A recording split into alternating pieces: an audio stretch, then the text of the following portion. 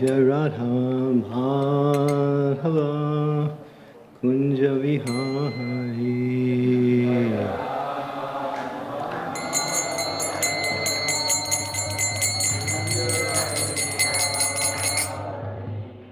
Jaya Radha Madhava Kunja Vihari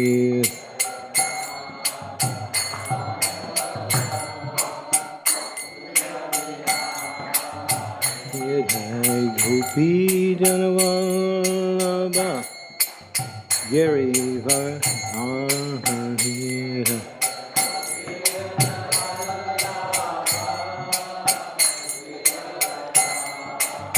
Hidaya Gopi Janavallabha Girivardhari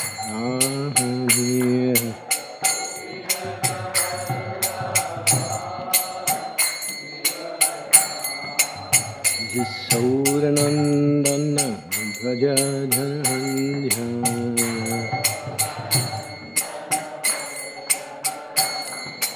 Jasauranandana Brajadhanja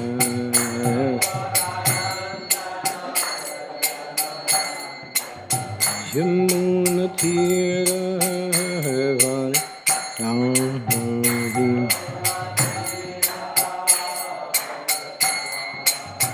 Jamuna Tira Hare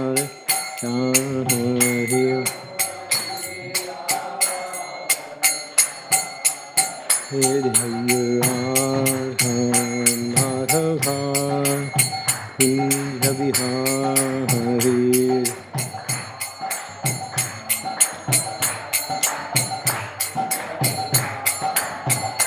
Jaya Radha Madhava Kunja Vihari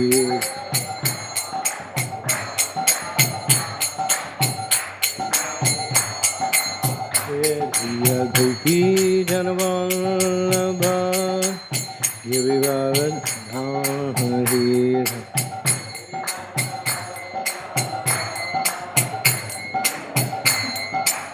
Jaya Gopi Janavallabha Girivardhari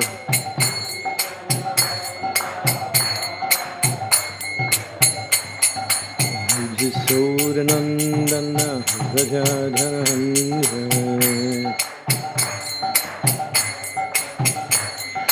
Yasauranandana Brajadhanja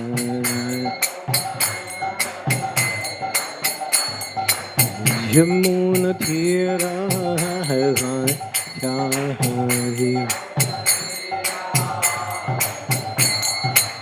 Jamuna Tira Hare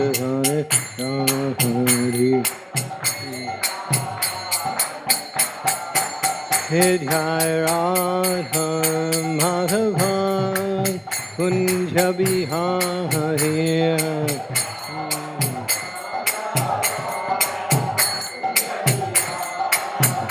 Jaya Radha Madhava Kunja Vihari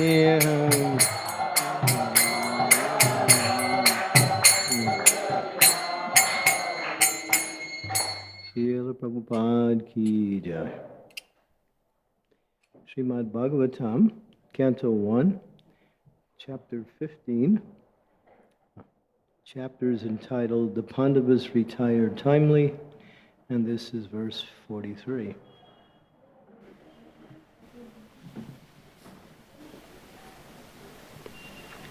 Om Namo Bhagavate Vasudevaya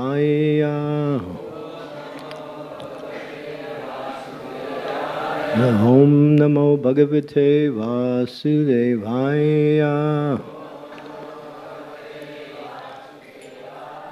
Om Namo Bhagavate Vasudevaya. Chiravasa Niraharo Bandavan Mukta Murdvajaha Darshayan Atmano Rupan Jadomata Jadomata Pisa Chavat Aneveksan Mano Niragad Arivan Bandiro Yata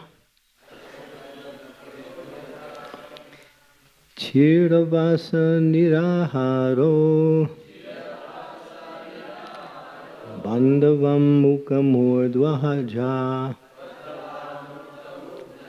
Darsayan Mano Rupam Chandomata Pisachavat Anevikshan Mano Niragad Asrivan Bandiro Yata. Chant. Chiravasa Niraharo Bhagavan Mukta Murdaja Darsayanatmano Rupam Chandramauli Pasityavat.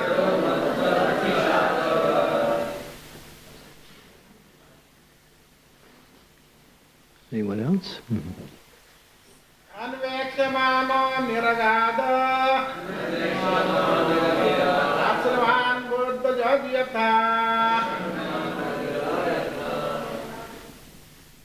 Chiravasa Niraharo Bhagavan Mukta Murdaja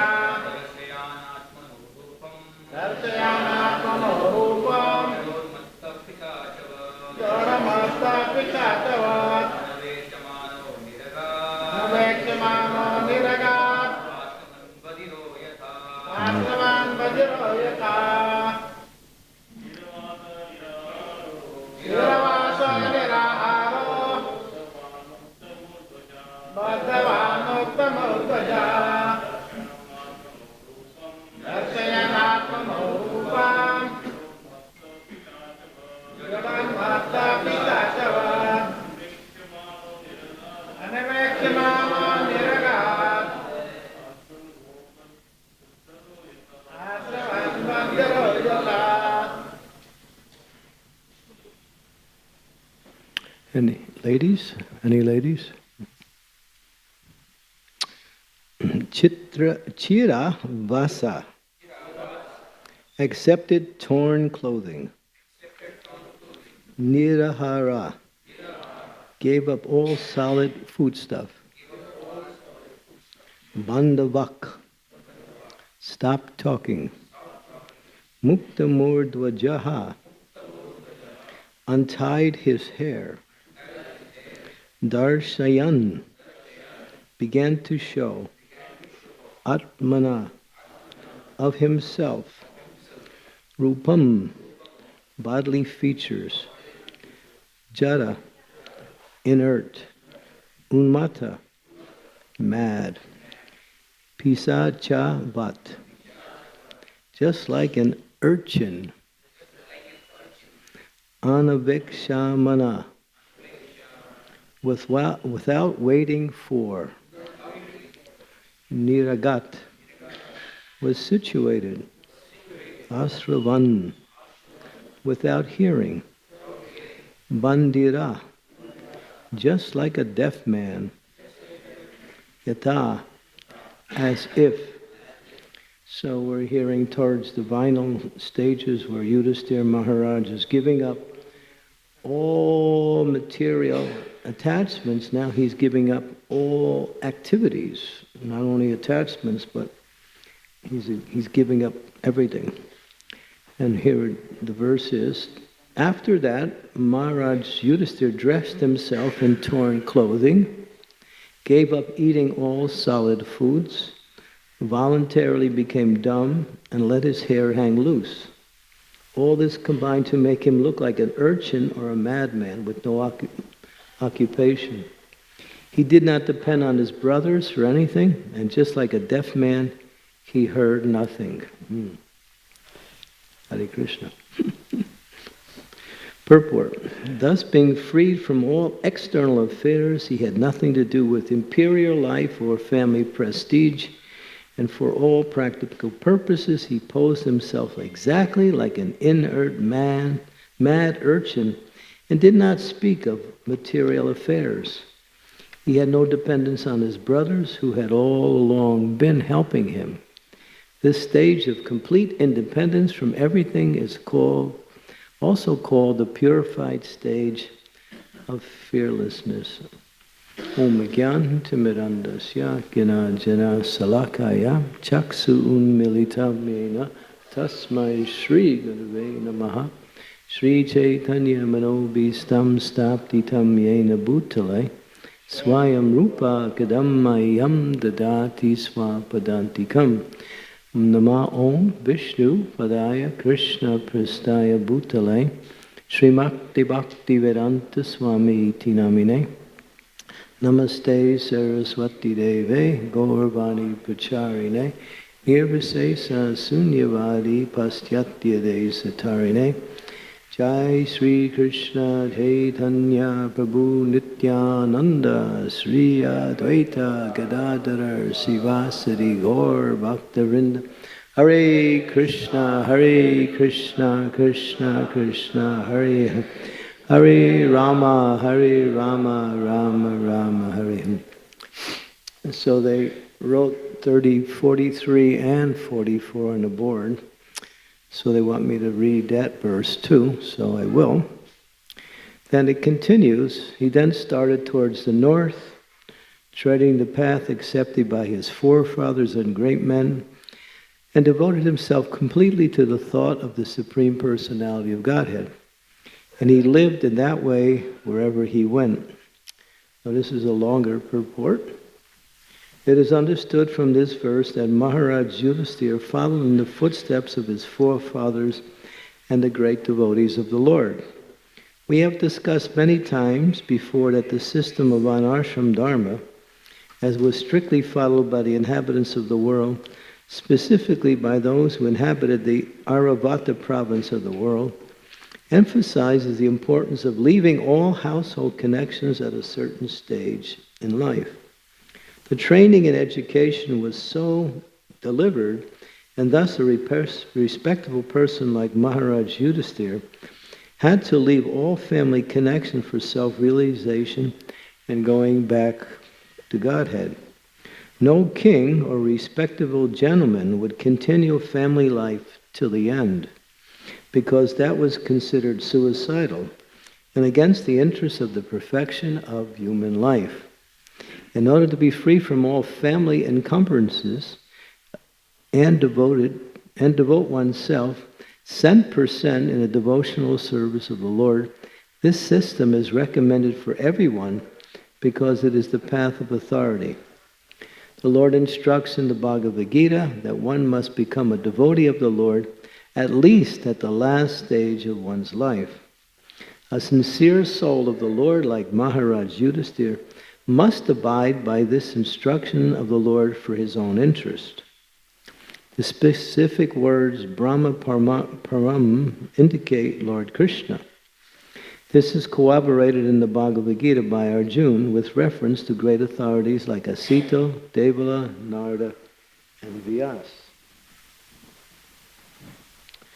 Thus, Maharaj Yudhisthira, while leaving home for the north, constantly remembered Lord Krishna within himself, following the footsteps of his forefathers as well as the great devotees of all times. Om Gyan Timirandasya Gina Jana Salakaya Chaksu unmilitam yena tasmai Shri Guru Namaha.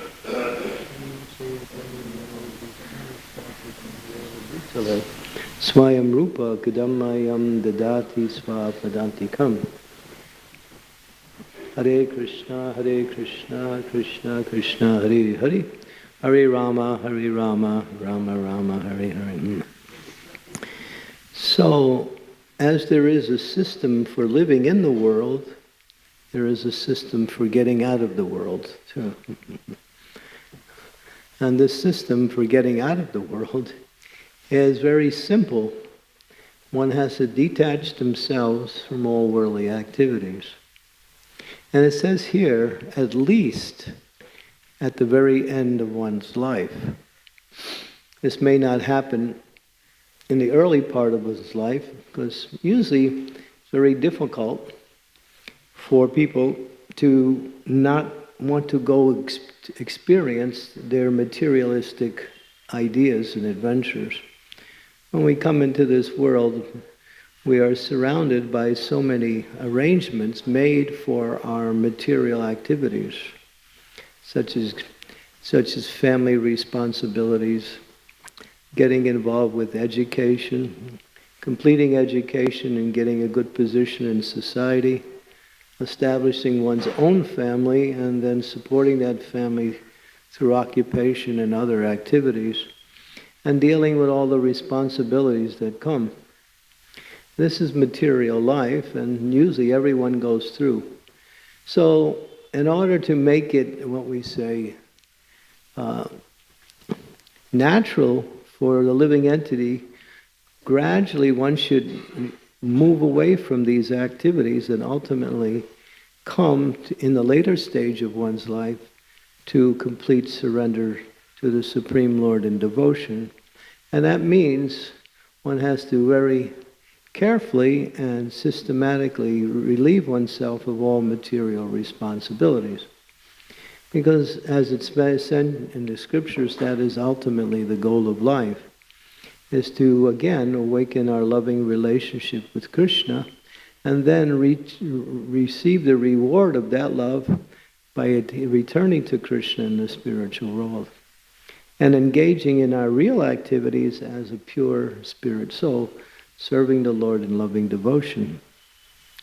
So this process is there, and here it's mentioned there is a system by which one does that, and that is called the Varnashram system. Normally, in the beginning of life, when one enters into spiritual life, they practice what is called brahmacharya. And in that stage of development, they learn how to serve the spiritual master, how to engage in various activities that please the Lord, how to understand and to also speak Shastric knowledge, read, study, and speak Shastric knowledge, and gradually learn detachment from the material world.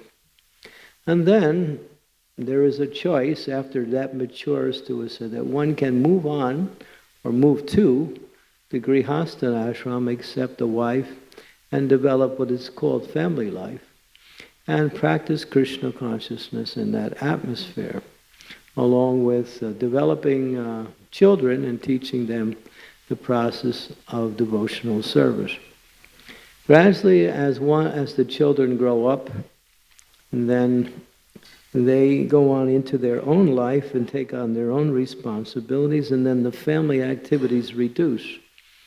And then as the man and women get older, the man starts to look towards renunciation of all material activities, and he takes the vanaprastha. In that vanaprastha, he engages in devotional service along with the other devotees. And the woman goes to a holy place. She has no more responsibilities with family and lives her life in a holy place, serving the main deity in that holy place. And then she will return back to Godhead, dedicating her life to the Lord. And then the man, in his final stage of life, takes complete detachment from everything and takes the sannyas order. Now, it was very difficult for people to actually follow that process. So Srila Bhakti Siddhanta Saraswati, Srila Prabhupada's spiritual master, took the sannyas ashram and divided it into 4 categories, which was Kutichak, Bahudak, Parivajakacharya, and Paramahansa. Kutichak means that one still lives in the village where they were living before, and he detaches their activities in family life, doesn't perform any more activities, but they live in the village. Bahudak means that they move out of a particular domain that they're living in and go around in the village area begging food and living simply on whatever they receive. That helps them to develop detachment and more dependence on the Supreme Personality of Godhead. As that becomes developed and mature, the 3rd stage is Parivakacharya, where they start to wander and travel all over the world and start to preach Krishna consciousness in different places around the world, in different villages, in different towns, enlightening others. When that matures to the stage of perfection, in other words, when one has developed full realization of Krishna through that process, then one can retire to a holy place and simply finish their spiritual life simply meditating on the Supreme Personality of Godhead.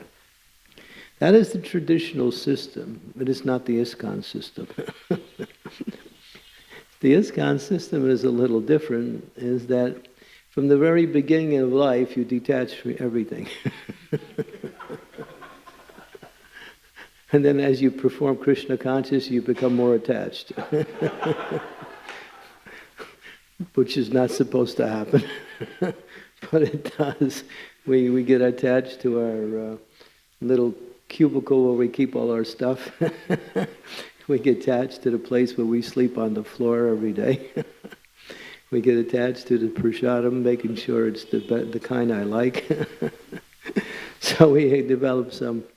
and say, well, it shouldn't happen like that. But the idea is that devotional service is actually cannot wait to old age, because especially in Kali Yuga, people don't live so long. Manda sumanda matayo manya bhagya padvitaha. In this age, the duration of life is decreased simply by the atmosphere. And because the atmosphere is so permeated with sinful activities, and also people are not accustomed to renunciation and at the same time practice devotional service, it is recommended that one take up the devotional service very quickly. Just like you see Srila Prabhupada.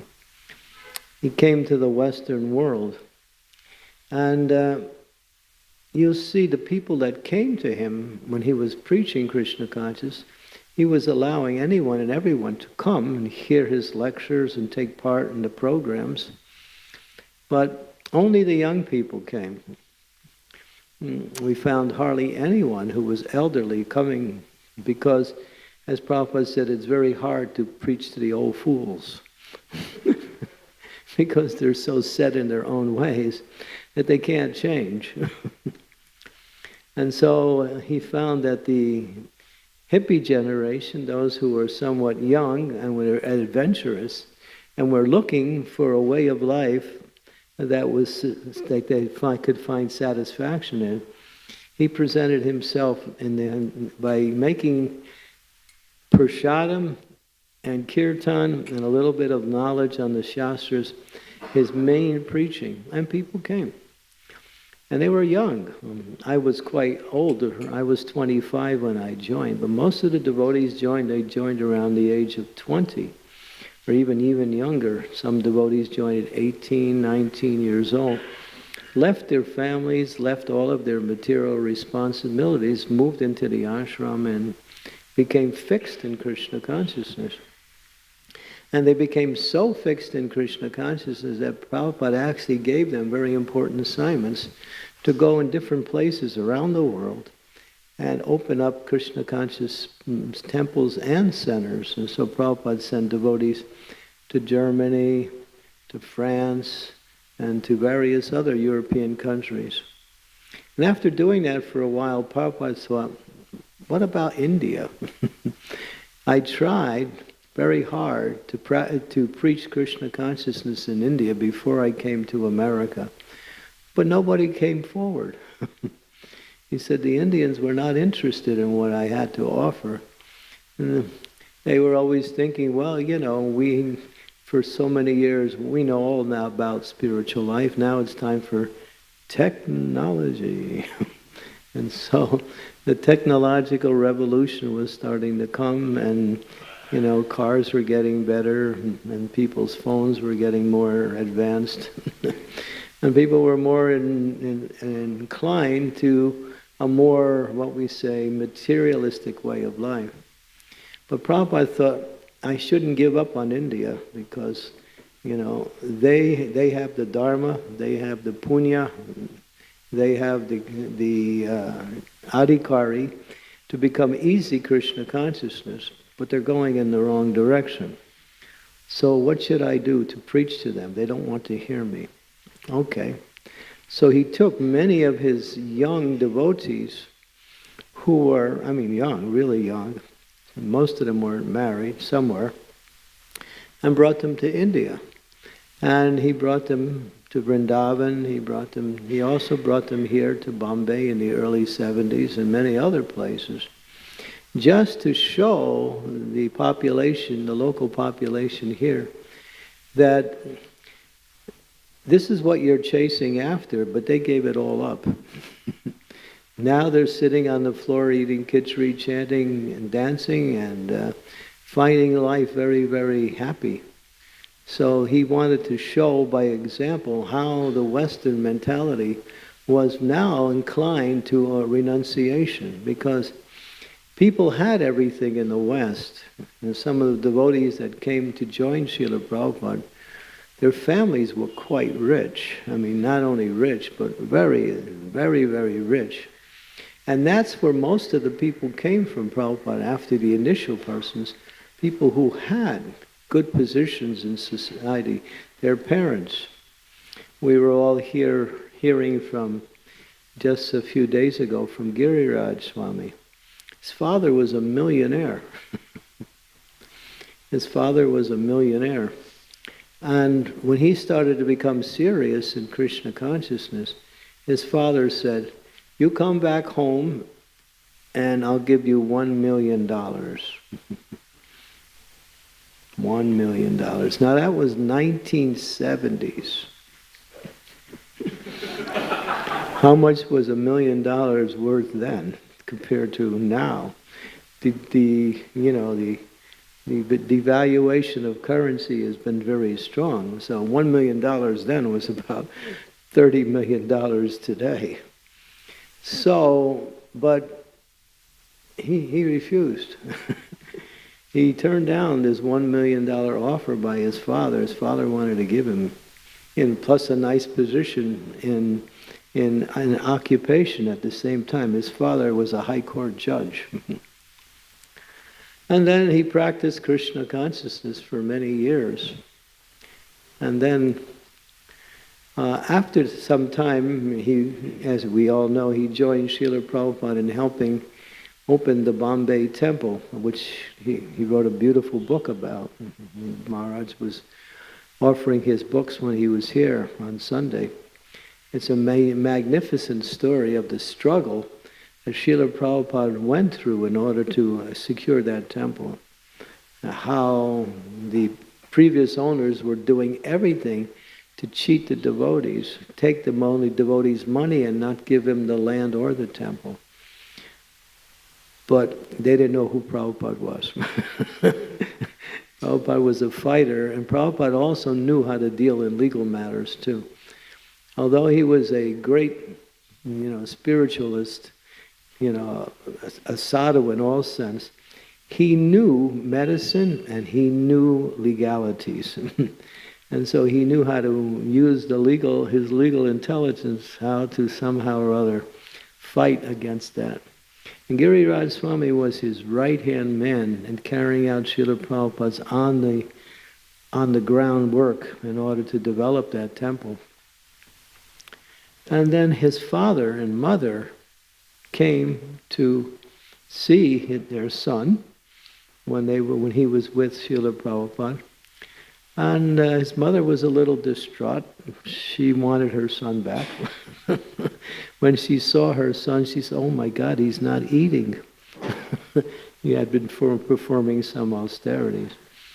So his father was because he's an intelligent man, very respectable. So he very carefully again approached Srila Prabhupada and said, "Srila Prabhupada, I'll give you $1 million if you send him back." Again, the offer of $1 million. And Prabhupada said, "You have to ask him." In other words, Prabhupada deferred to Giriraj Swami. And the answer was the same. Krishna is more valuable than any of that paper money you're trying to offer me. So, yeah. So you see how devotees who had opportunities, and he was just one of many devotees like that in America and also in Europe, who were quite materially well situated. But when they tasted the happiness of Krishna consciousness and the mercy of Srila Prabhupada, they were ready to give everything up and live very simply and chant Hare Krishna and simply engage in very nice activities into the service of the Supreme Personality of Godhead.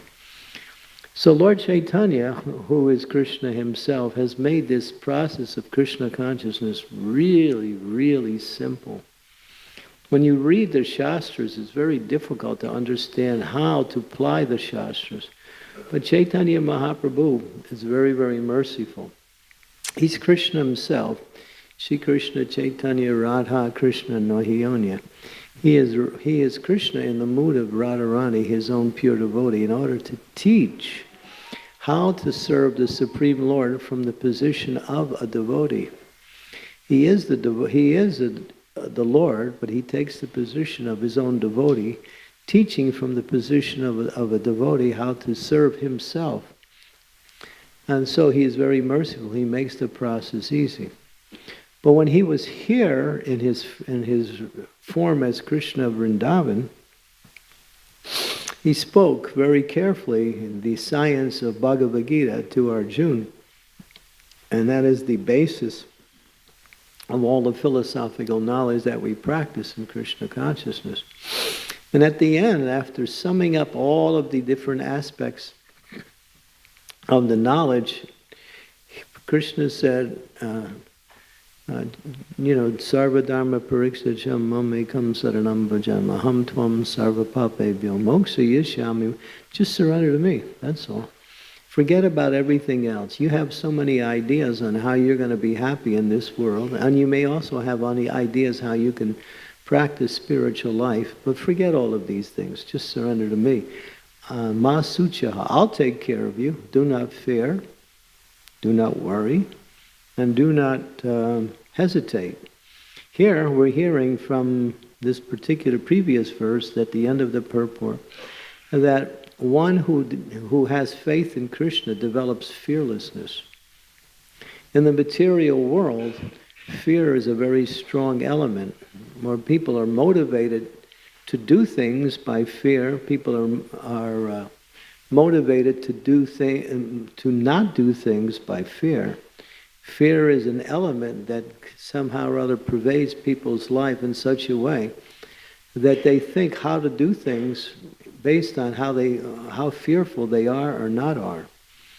We just went through this epidemic of this coronavirus, and fear was a very strong element for people in order to live in such a way as to downsize all of their activities.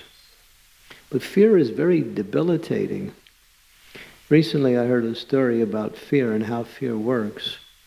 Fear is so bad that it actually causes death.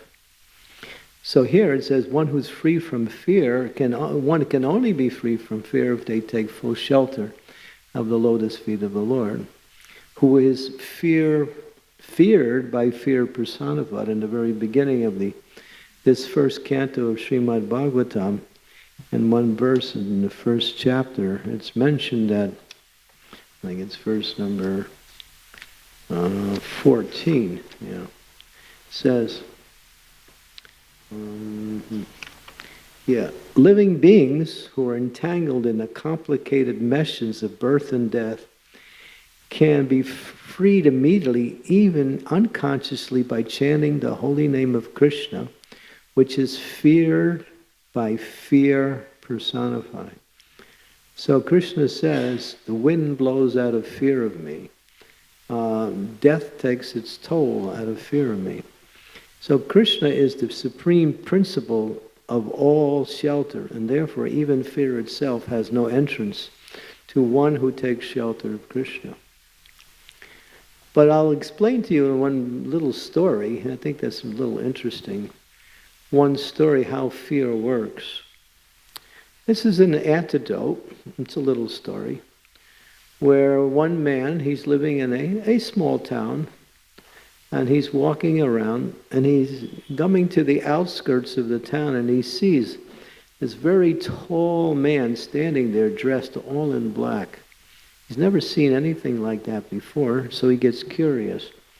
So he walks up to the man and asks him, who you are? Who are you? What are you doing? The man he has a mask on, he pulls his mask off. He says, I am death. I've come to take 500 people from this town in the next 1 month. Right to the point. So the man gets a little concerned. He's hearing that 500 of us will no longer be living after 1 month. So he goes all around the town and tells everyone, death has come, and 500 of us are going to die in the next month. So take precaution. And so he spreads this statement around. So after 1 month, 5,000 people died, not 500, 5,000. So now, he's still there.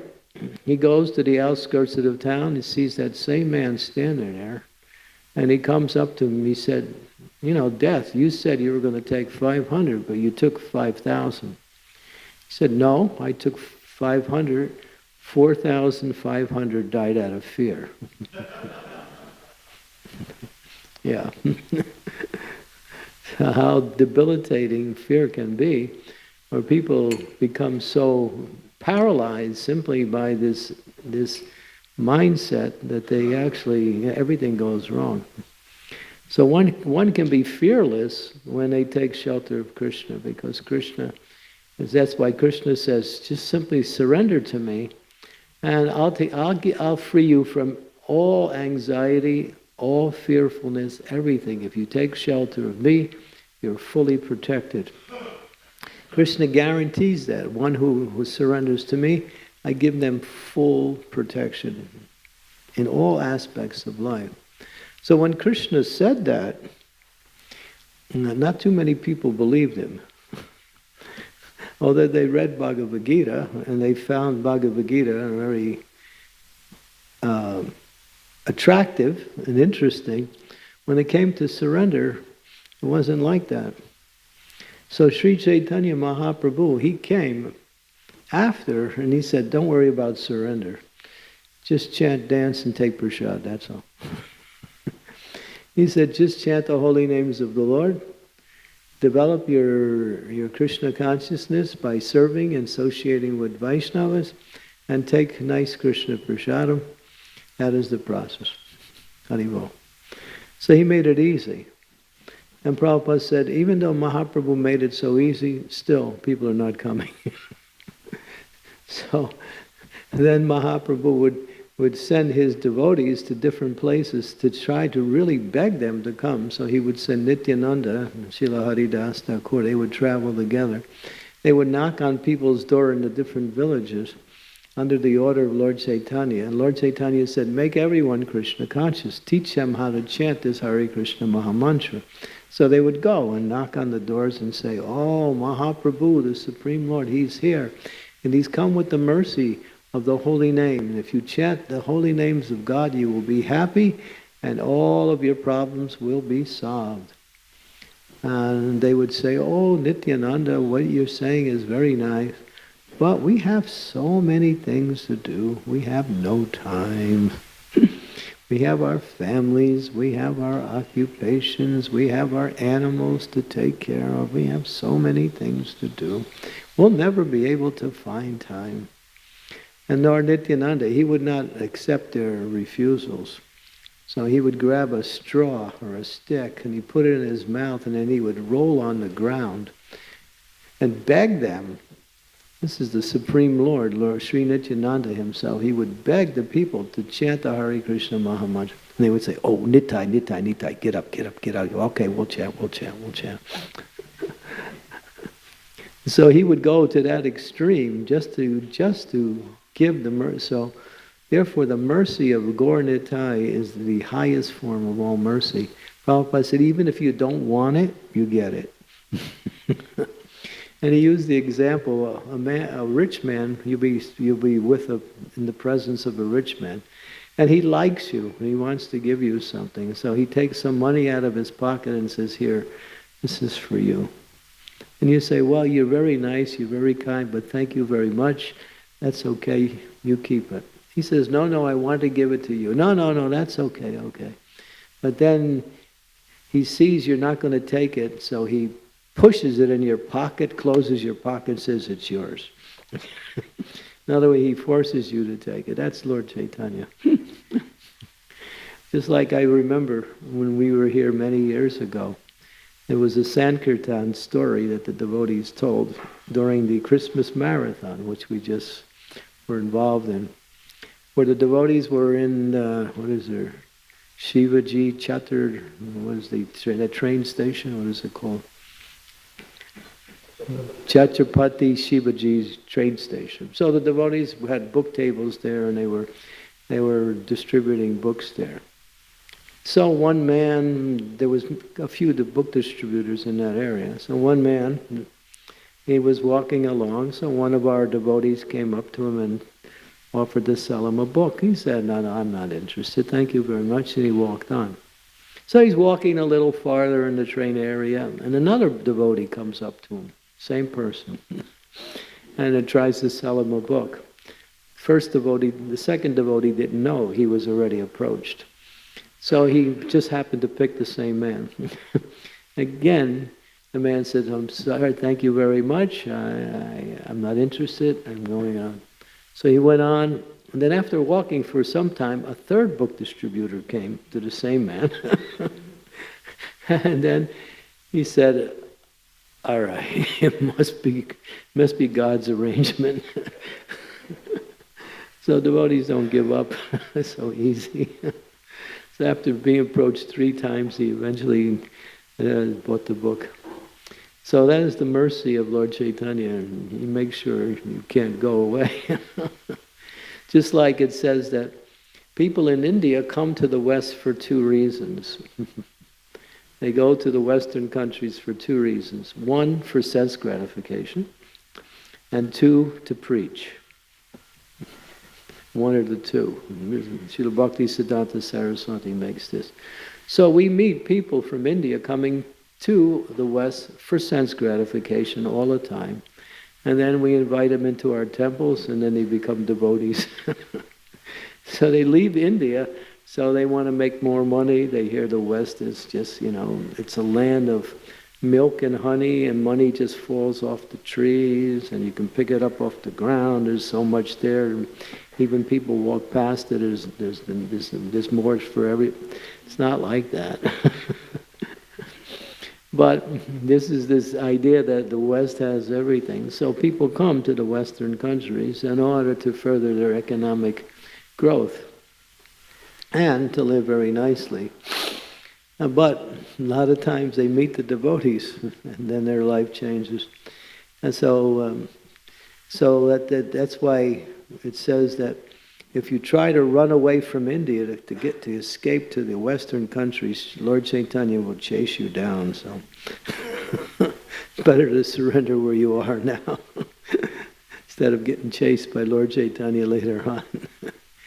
So that's his mercy. He's so kind and so merciful that he has this strong desire to give everyone this great treasure of love of God, which is it's the greatest of all treasures, because when you have Krishna, you have everything, and when you don't have Krishna, you have nothing.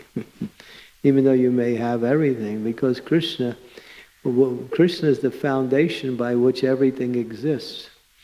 And happiness centers around devotional service to Krishna.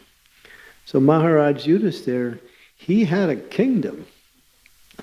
I mean, he was not only a kingdom, he was the emperor of the world. They had fought a huge battle where 640 million soldiers were killed in order to establish Yudhisthira on the throne and the Pandavas as the rightful rulers of the world. And Yudhisthira, he ruled for a long time, but after some time he understood that the goal of life is not simply to maintain one's material occupation to the end of life. As it says here, that the later part of life, for those who haven't actually made that step before, means that, the body's breaking down, time is getting short, and therefore the goal of life should be the only focus at that time, because what can you do at that point in life? But you see, many people, Prabhupada talks about that, in Western countries specifically, people when they get old, they just go on vacation, they use whatever money they save, and they sit around playing ping pong and checkers and play golf. And they just talk about how nice it was when they were young. Take out the old books with the pictures of the family 50 years ago and just reminisce how wonderful it was. But so it's just like this sad nostalgia that people in Western countries, when they get old, rather than taking up spiritual life, they just leave their body in a very unhappy situation, just finishing their life up, more like a vegetable who can't do anything. So in America, it's very big. They have these old age homes where your children don't want you anymore because they're grown up and they consider the parents a burden to take care of. They want to live their life, so they put the parents in these homes. They pay money for these caretakers to take care of the old people. And then they just sit around doing nothing. They're talking about nonsense and just eating some food a couple times a day and just watching television. And it's a very sad situation because, as it's explained here, the Varnashram system teaches one that life has different stages. And at least in the last stage of life, one should dedicate themselves fully in pure devotional service to the Lord. So we have the example of Maharaj Yudhisthira, who showed that renunciation is the process, but what was he renouncing? He wasn't renouncing a nice house and some family members. He was renouncing a kingdom with so many, arrangements for his glorification. He had everything, unrivaled kingdom, but gave it all up because he understood that this material world is simply a stepping stone to go back to the spiritual world. It's not a place where you hang out. It's a place where you go. Lord Jesus Christ said, "This world is like a bridge. Walk across it, but do not establish any permanent resident upon it." So it's a place where we move forward towards our real home, which is the spiritual world. And here we get so many examples throughout the scriptures of great souls. Maharaj Parikshit also, Maharaj Yudhisthira, Prithu Maharaj, and many other great personalities have left everything and simply are teaching us by their own example that the goal of life is to dedicate one's life to the service of the Supreme Personality of Godhead. Okay, so we'll stop here, see if there's any comments or questions.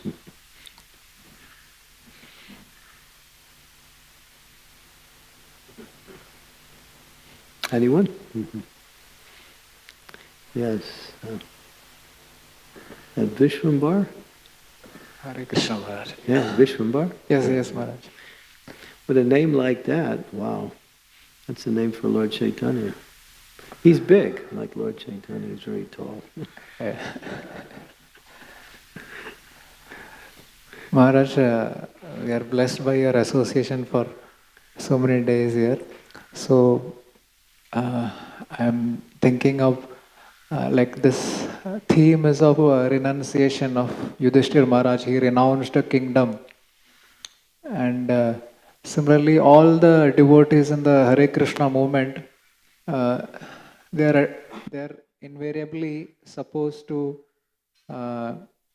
raise their internal level of renunciation. Like it's about renunciation of the heart. So just like Kutichak, Bahudak, that way gradually. So how can a devotee actually have this quality of renunciation in his heart? In the sense, how can be happy, he stay happy performing devotional service in spite of going through several reversals in his life, which is going to be a natural thing in this world. Like reversals are natural thing in his life, and so everyone will go through many things that he doesn't expect to happen. So how can a devotee stay happy and detached and be satisfied doing devotional service? That's easy. Krishna says in the Bhagavad Gita, Visayam vinivartante niharasya dehinam raso varjam raso pyasya param drisva nivartante. He said, you can't give up the lower taste unless you get the higher taste. If you're hungry and you haven't eaten for a long time, and someone comes along with a, like a 3-day-old chapati, and says, here's something to eat. Well, you think, oh, well, I'm so hungry, I'll take it. But then, after he hands you the chapati, and then Vishwambar comes over with a big feast and says, here's a nice feast of kachoris, puris, ladus, samosas, and, pav bhaji, so many nice things. And Hare Krishna. We haven't given that one up yet. So then you think, wow, what is this old chapati? I'll take the feast. So it's like that. So when you get the higher taste, which is Krishna consciousness, then it's easy and natural to give up this lower taste, which comes by just trying to satisfy your senses in this material world. So Krishna consciousness is the higher taste. It's sweet. It's not only sweet, it's actually the platform of freedom. Nobody likes to be controlled. Therefore, if you want to be free from all control, be a devotee, and you're free. And then you're free in the sense that you're only controlled by one person, that's Krishna. His representatives are in that position. But Krishna controls his devotee in such a way as that he makes his devotee happy. He sees his devotee engaged in devotional service, the Lord becomes pleased, he gives the devotee happiness. So the devotee is free to serve the Lord and actually becomes happy at the same time. Really happy. Not just artificially happy. Artificially happy means that you have to believe you're happy in order to live life, because if you don't believe you're happy, you can't go on. That's artificial, but a devotee experiences that happiness. What is that? Brahma Bhuta Prasannatma Nasoshati Nakangshati Sama Sarveshu Bhuteshu Mad Bhakti Lavate Param. Mad Bhakti Lavate. Yeah. So Prasannatma means not only happy but joyful, real happiness. That's Krishna consciousness. So go for the happiness. And then it becomes easy to give up all these other things. Natural. But if you give them up ahead of time without being happy, and you engage in devotional service, you'll still become happy. It's a little harder that way. That's why we invite people, just come, chat with us, dance, take some prasadam, read some nice books. You get a taste for Krishna consciousness. As that taste develops, then it becomes easy to leave behind all of the material things that are just keeping us struggling in this world.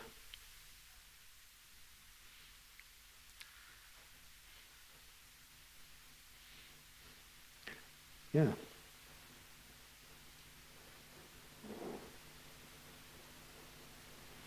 Even if you don't believe in Krishna, at least devotional service is happy. It's even we would sometimes say, people would say, they would say to us, well, what happens if everything you're doing is not true? In other words, if there was no Krishna there, you're wasting your whole life. No, we would say, no, it's actually, even if Krishna is not there, the process of devotional service is so nice that we're happy anyway. And you have to make believe you're happy. And there's nothing there. At the end of life, you lose everything. So yeah. So from all angles of vision, you can't lose. If you take up Krishna consciousness, at every stage, it becomes a feature of freeing ourselves from suffering and awakening our what is it called? Anandam Buddhi Vardhanam. And that happiness that is unlimited.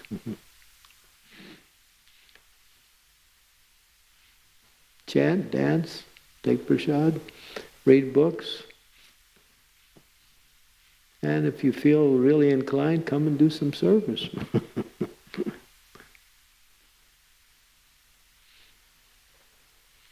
Is that all right?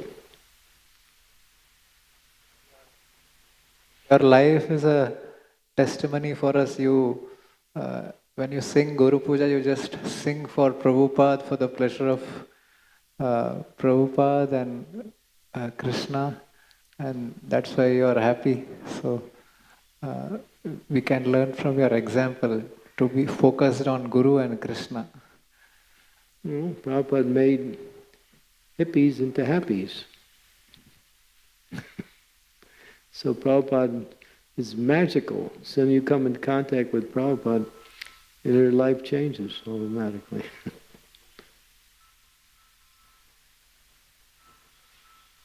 Prabhupada's mercy. Anyone else? Any other comments, questions? Thank you. Srila Prabhupada ki jai, Srimad Bhagavatam ki jai.